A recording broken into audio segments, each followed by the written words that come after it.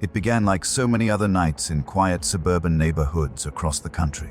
A family sat together under one roof, the outside world convinced they were just another household going about their lives. The neighbors saw the lights flicker on at dusk, heard the faint clatter of dishes, and assumed nothing unusual was happening inside.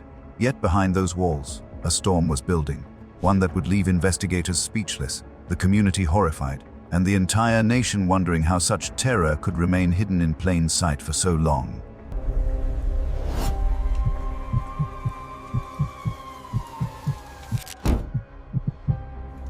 This story is not fiction. It is not the creation of a screenwriter or the plot of a film designed to keep audiences on the edge of their seats. It is something far more chilling because it actually happened. And when the truth finally came out, it was darker, more brutal, and more haunting than any movie could ever be. Families turned off their televisions at night, unable to shake the thought that the same thing could happen anywhere, even in their own neighborhood. What unfolded in that house was not just a crime. It was a psychological thriller lived out in real time, one where the victims were trapped in silence and the villain wore the mask of someone they trusted most. The house itself gave no clue to what it contained. A modest structure with a neat front yard, it blended in with dozens of others lined along the street. Neighbors described it as ordinary. A home where children sometimes played in the yard, where the father waved politely before heading to work, and where the mother kept to herself. To the outside world, it was just another home in just another town. But appearances can be dangerous illusions. What seemed ordinary was, in fact, extraordinary in the worst possible way. The kitchen became the heart of the story. It was supposed to be the place of warmth, of meals shared and laughter echoing through the walls. Instead, it became the stage where control was exercised, secrets festered, and fear grew day by day. For years, whispers of tension could be felt but never confirmed. The children became quieter, their smiles more forced, their eyes carrying the weight of something they could not say. The father, distracted by work and the demands of providing for his family, often overlooked the signs. And the mother, at the center of it all, wore her silence like armor, keeping the darkness of her true self carefully hidden from those who might look too closely. That night, the night that would change everything, started in the most ordinary way possible. Dinner was being prepared, the children sat at the table, and the father, tired from work, tried to settle into the evening. But beneath the surface, years of suspicion and unease were about to erupt. The argument began with words, sharp, cutting words that filled the kitchen like smoke. The father demanded answers about missing money, about strange behaviors that had long troubled him. The mother's responses were calm at first, but then turned into something colder, sharper, like ice cracking beneath weight. The children froze in place, their forks halfway to their mouths, sensing the shift in the air that only those who have lived in fear can recognize. Within moments, the calm shattered, plates broke, chairs scraped, voices rose into screams. What had once been the safe center of family life turned into a battlefield of rage and violence. The children ran for cover, tears streaming down their faces, as their parents clashed with a fury that had been building for years. It was not just a fight, it was the breaking of a dam that had held back secrets too dark to remain hidden any longer. Later, when investigators stepped into that kitchen, they would see more than just broken dishes and overturned furniture. They would see the physical evidence of years of control and manipulation exploding into violence. Blood on the counters, fingerprints on the knife, scratches on the wooden table. All told a story more terrifying than any film could create. And what made it worse was knowing it had been building slowly, quietly, behind closed doors, in a house everyone thought was normal. This was not just another crime. It was a revelation of how fragile the line is between ordinary life and unimaginable horror. The Cleland case proved that the most terrifying monsters are not those invented for movies. They are the ones who live among us, blending into the routines of daily life until one night their mask finally slips. And when it does, the truth is far darker than fiction. The illusion of normalcy. The most disturbing part of this story is not just what happened on that single night. It is the years of silence that led up to it.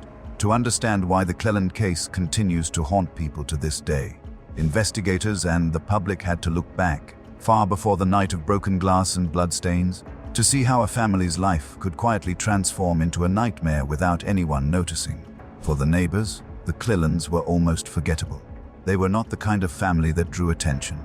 They kept their yard tidy, their lights went off at a reasonable hour, and their children went to school like everyone else's. The father was polite, though not overly social, and the mother was quiet, rarely seen in long conversations with anyone.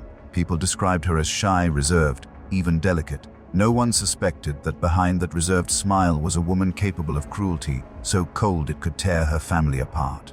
The children, on the other hand, showed the first signs that something was wrong, signs that, tragically, too many adults brushed aside. Teachers noticed how quiet they were, how they rarely joined in playground games, how their artwork often carried darker tones. Some neighbors recalled how the children never seemed to linger outside for long, how they always looked over their shoulders as if worried about being watched. These were subtle clues, small enough to be dismissed as personality quirks or the natural shyness of young kids. But in hindsight, they were signals of fear, warnings that the kitchen table at home was not a place of safety but a stage for intimidation. Inside the house, the atmosphere was far from the calm exterior it projected. The father worked long hours, doing everything he could to keep the family financially stable. His job drained him, leaving him exhausted by the time he got home. He trusted his wife to handle the home and the children, and she made sure to maintain that trust by controlling every detail. To him, the small complaints of the children seemed like exaggerations. When they said they were afraid, she explained it away as childish fears. When they seemed withdrawn, she insisted it was because they were tired. Her control over the narrative was total. She shaped his perception, silencing both the children and his own instincts. The kitchen became the focal point of her authority. Meals were never simply meals. They were rituals where silence was expected, where one wrong glance could result in punishment. The children learned to eat quickly, to avoid spilling anything, to never speak unless spoken to. Over time, the kitchen table stopped being a place of family bonding and instead became a place of quiet dread. Even the father, though he did not fully understand why, admitted later that he often felt uneasy sitting at that table, as if the warmth of family life had been replaced by something colder and more rigid. The manipulation went deeper than discipline. Journals later discovered in the home revealed how the mother saw control as both her right and her responsibility. In her own words, she believed breaking the children's spirits was the only way to ensure obedience. She described discipline not as correction, but as domination, writing chilling passages about how fear was more effective than love. These words painted a portrait of a mind obsessed with control, one that saw family not as a unit of love and support, but as possessions to be ruled. The father's role in all this was tragic. He loved his children, and he loved his wife, but his trust blinded him. He often told investigators that he wanted to believe in her more than he wanted to believe in the small, uncomfortable truths he sometimes noticed. When his children flinched at sudden movements, when they avoided eye contact, when they seemed desperate to please, he explained it away. He convinced himself that stress from work, from school, from life itself explained their behavior. Confronting the possibility that their mother was harming them was too painful to accept, so he chose silence. That silence gave her power. By the time the fateful night came, the family had been living in a pressure cooker of fear and denial for years. The children had grown used to whispering in secret, comforting each other at night, and promising themselves that one day it would all end. The father had grown used to ignoring his instincts, telling himself that love required trust. And the mother had grown stronger in her dominance, perfecting her mask of normalcy for the outside world while tightening her grip inside. When investigators pieced together this history, the horror of the kitchen scene became even clearer. That night was not a sudden eruption of madness. It was the inevitable climax of years of tension, abuse, and silence. It was a storm that had been building with every ignored cry for help, with every moment of misplaced trust, with every sign that went unnoticed. The illusion of normalcy had allowed a monster to thrive right in the middle of an ordinary home. This is why the case struck such a deep chord with the public. It forced people to ask themselves uncomfortable questions. How well do we really know the families living beside us? How often do we ignore the quiet signs of suffering because we do not want to interfere? And most frightening of all, could something like this be happening in the house across the street? Or even in our own, without us realizing? The truth about the Cleland family is this evil did not arrive suddenly. It lived quietly for years, hiding in smiles, in silence, and in the ordinary routines of family life. And when the mask finally slipped, it was too late to undo the damage. The night of terror, the night that would etch itself forever into the memory of the Cleland family, began like so many others. The kitchen lights glowed softly against the darkened street outside, casting shadows across the modest yard. To neighbors glancing through their windows, nothing appeared unusual. It was another evening of family life in a quiet town. Yet inside, beneath the hum of the refrigerator and the clatter of utensils, tension hung thick in the air. The father sat at the head of the table, his face lined with exhaustion from another long shift. The children, their eyes fixed on their plates, ate in silence, careful not to draw attention. They had learned long ago that even innocent chatter could ignite their mother's anger. She moved briskly around the kitchen, her every motion sharp and deliberate, her presence dominating the room like a shadow no one could escape. The argument started small, almost ordinary, the way so many had before. The father asked a simple question about money. Bank withdrawals that he did not recognize had drained their savings, and he demanded an explanation. The mother paused, her back to him as she washed dishes, her silence stretched, heavy and deliberate, until she finally answered with clipped words that avoided the question. The children froze, sensing the shift. They had seen this before, the way a simple conversation could twist into something far more dangerous. The father pressed harder, his voice rising with years of pent-up suspicion. He accused her of hiding things, of lying, of treating the children with a cruelty he could no longer ignore. At that moment, something in the air cracked. The mother turned, her face no longer the calm, quiet mask she had worn for years. Her eyes burned with fury, her voice sharp as she lashed back, turning the accusations onto him. She called him weak, inattentive, a failure as a husband and father. Every word dripped with venom, designed not to defend but to destroy. The children clung to each other, silent tears welling in their eyes as the shouting escalated. They watched their father slam his hand against the table, the sound echoing like a gunshot in the small kitchen. Plates rattled, one falling and shattering on the floor. The mother laughed, a cold, bitter sound that seemed out of place in the middle of the chaos. And then, in one swift motion, she reached for the knife lying near the sink. Investigators would later confirm that it was not a weapon placed there for defense. It was a kitchen knife, meant for slicing bread, lying innocently among the dishes. But in her hands, it became something else entirely. The children screamed as their father lunged forward, trying to grab her wrist. The struggle was frantic, violent, marked by the crash of chairs and the sound of metal striking wood. Blood appeared, first in streaks across the table, then dripping onto the floor. The father cried out, wounded, but his determination to survive and protect his children drove him forward. The fight lasted minutes but felt like hours. The children hid in the corner, too terrified to move, their small bodies trembling as they watched the people they loved transform into enemies locked in battle. At one point, the knife clattered to the floor, only to be grabbed again in desperation. When the struggle finally ended, the father collapsed against the counter, clutching his side. The mother stood still, breathing heavily, her face expressionless, as if nothing extraordinary had just occurred. It was the children's cries that broke the silence. They rushed to their father's side, their tiny hands pressed against his wounds, begging him not to leave them. He was alive, but barely, his face pale and his eyes filled with a mixture of pain and disbelief. The reality had hit him at last. The woman he had trusted with his life, and the lives of his children had become his greatest threat. He had been living with a monster, and only now did he see her for what she truly was. Neighbors later admitted they had heard shouting, the crash of something breaking, but they dismissed it as another argument. No one called for help until it was too late. By the time authorities arrived, alerted by a neighbor who finally grew concerned, the kitchen had transformed into a scene of devastation.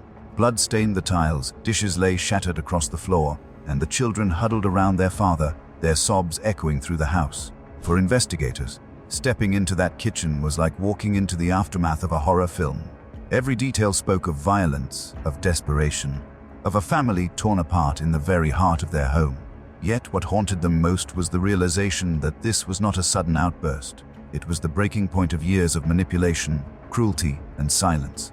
That night, the Cleland kitchen stopped being a place of meals and became the setting of a true crime story so chilling that even seasoned detectives struggled to shake it from their minds. And for the children, it was the night that confirmed their worst fears. The night the mask finally slipped and the truth about their mother could no longer be hidden. The aftermath and investigation I 700 words. When officers finally entered the Cleland home, the sight that greeted them was nothing short of a nightmare. The kitchen, the supposed heart of a family's life, was drenched in chaos. Blood stained the counters and pooled on the tiled floor. Broken dishes, shattered glasses, and overturned chairs told the story of a struggle that had spiraled out of control. The children, trembling and tear-streaked, clung to their father, who sat slumped against the counter, barely conscious but alive.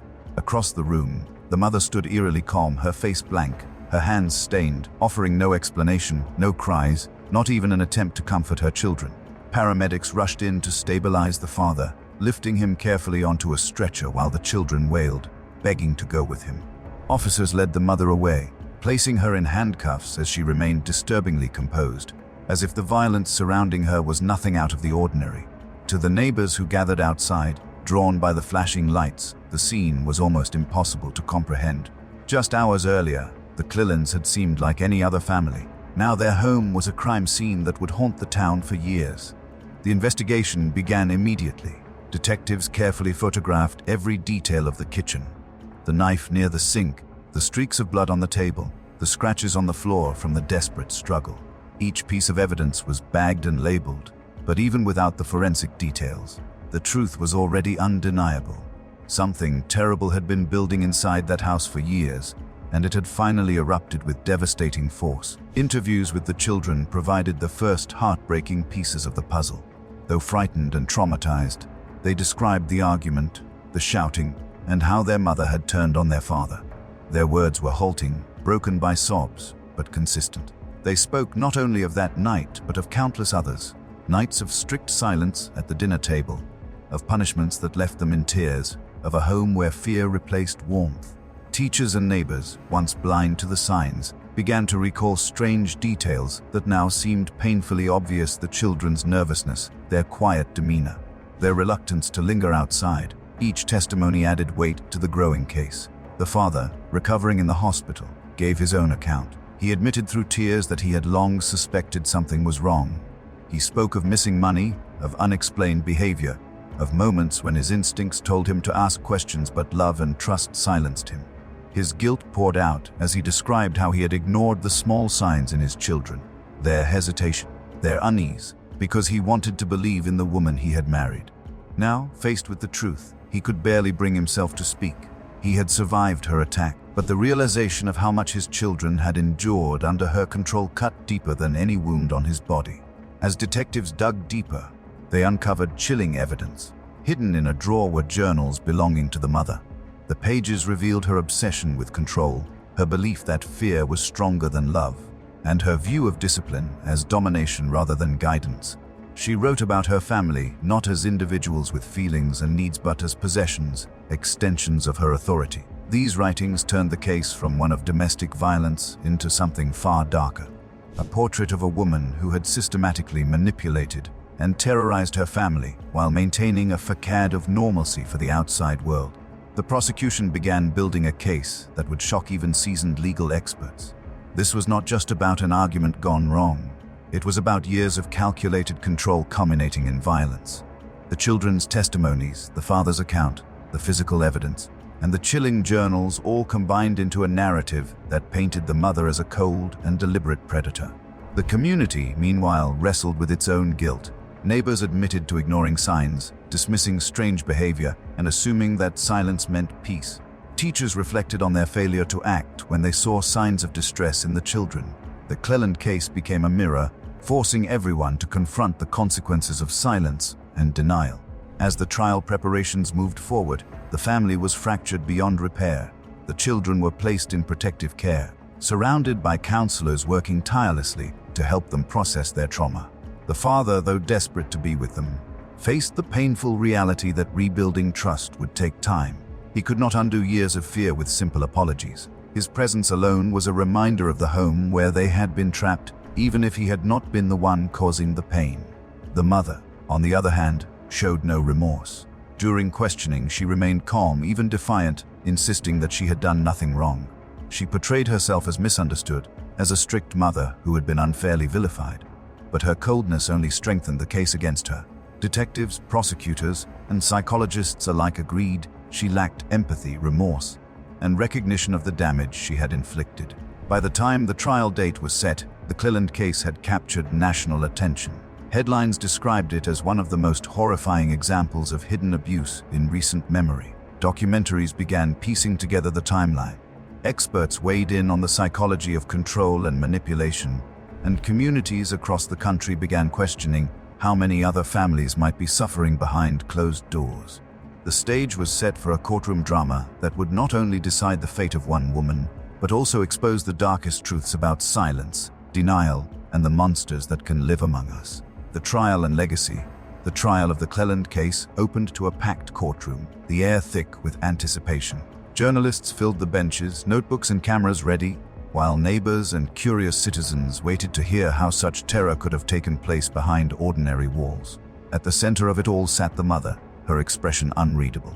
She appeared almost detached, as though the charges of attempted murder and years of abuse were little more than inconveniences. That cold indifference was perhaps the most chilling part of all, because it revealed a truth many already suspected. She felt no remorse. The prosecution began with a stark presentation of evidence. Photographs of the kitchen were displayed, the overturned table, shards of broken dishes, streaks of blood smeared across the counter. Forensic experts detailed how the struggle had unfolded, matching the father's injuries with the knife found near the sink. Medical reports described the deep wound that nearly claimed his life, while psychological evaluations laid bare the trauma inflicted on the children. Each piece of evidence added weight to the prosecution's argument. This was not a spontaneous outburst, but the culmination of years of cruelty and control. The most powerful testimony came from the children, though shielded behind screens to avoid direct eye contact with their mother. Their voices carried across the courtroom. They described nights of fear, rules that made no sense, punishments that left them in tears. One child recalled sitting at the kitchen table, staring at the clock, praying dinner would end before their mother's temper snapped. Another admitted that they had often whispered with their siblings at night, promising that one day they would escape. Their words were simple, but they cut through every defense. This was not discipline. It was terror disguised as family life. The father also took the stand, his voice heavy with guilt. He admitted to ignoring signs, to convincing himself that everything was fine, to trusting a woman who had betrayed not only him but their children. His testimony was not an attempt to absolve himself, but a confession of failure. "I should have seen it," he told the jury, his eyes filled with tears. "I should have protected them, but I didn't, and I will carry that for the rest of my life." His honesty resonated deeply, reinforcing the prosecution's case, while also reminding the jury of the devastating consequences of denial. The defense, meanwhile, struggled to counter the mountain of evidence. They argued that the mother was overwhelmed, that she acted in desperation, that the children had been coached, but her own journals betrayed her. Pages filled with chilling entries about control, about fear being stronger than love, about the need to dominate her family. Those writings left little doubt about her mindset. They were not the words of a misunderstood mother. They were the words of someone who saw her family as possessions to be broken, not people to be loved. After weeks of testimony, the jury deliberated. The wait was tense, every moment stretching like hours. When they finally returned, the verdict was unanimous: guilty on all major charges. The judge delivered a lengthy sentence, ensuring she would spend decades behind bars. There was no reaction from her, no tears, no apologies, no acknowledgement of the damage she had caused. Her silence in that moment was as loud as any scream. For the children, the verdict brought relief but not closure. Justice had been served in the legal sense, but justice could not erase the years they lost. Healing was still a daily battle. Nightmares lingered. Trust came slowly. Yet their courage in speaking out gave them a kind of strength that could never be taken away. They were survivors, and though the scars would never fade completely, they were free. The father's life became one of quiet redemption. He devoted himself to his children, attending therapy sessions, rebuilding trust one step at a time. He began speaking publicly, urging others to pay attention to small signs, to never assume silence meant peace. His message was simple but powerful. Monsters don't always hide in the dark. Sometimes they sit across from you at the dinner table. His words echoed across community centers, schools, and advocacy groups, serving as a warning that what happened in his home could happen anywhere. The Cleland case left an enduring legacy. It forced communities to confront uncomfortable truths, to acknowledge that evil can wear familiar faces. It reshaped conversations about child protection, about domestic abuse, about the dangers of ignoring whispers of fear. Teachers became more vigilant. Neighbors became less hesitant to speak up. The story became a case study in training programs for law enforcement and child services, a haunting reminder of what happens when warning signs are overlooked. Even years later, the house itself carried the memory. though it was repainted, remodeled, and sold. Those who knew the story said it never felt the same. The kitchen, once meant for meals and laughter, would always be remembered as the place where trust shattered, where innocence was stolen, where a mask finally slipped to reveal the monster beneath. The story of the Cleland family remains one of the most chilling true crime cases of its time. It is not remembered for sensational twists or cinematic drama, but for the raw and terrifying truth it exposed that horror does not always announce itself. Sometimes it grows quietly, day by day, in the very spaces meant to shelter us. And when it finally emerges, it is more haunting than any film could ever capture. The Cleland family's story is not fiction. It is not a script written for the big screen. It is real. And that is what makes it terrifying. Their kitchen, once a place of meals and laughter, became a stage for secrets, control, and violence. The case forced the world to face a chilling truth: monsters do not always come from the shadows. Sometimes they live among us, wearing familiar faces, hiding behind silence. The legacy of this case reminds us to listen, to see, and to act, because ignoring the signs can turn any home into a crime scene. And in the end, no movie could ever rival the horror of reality.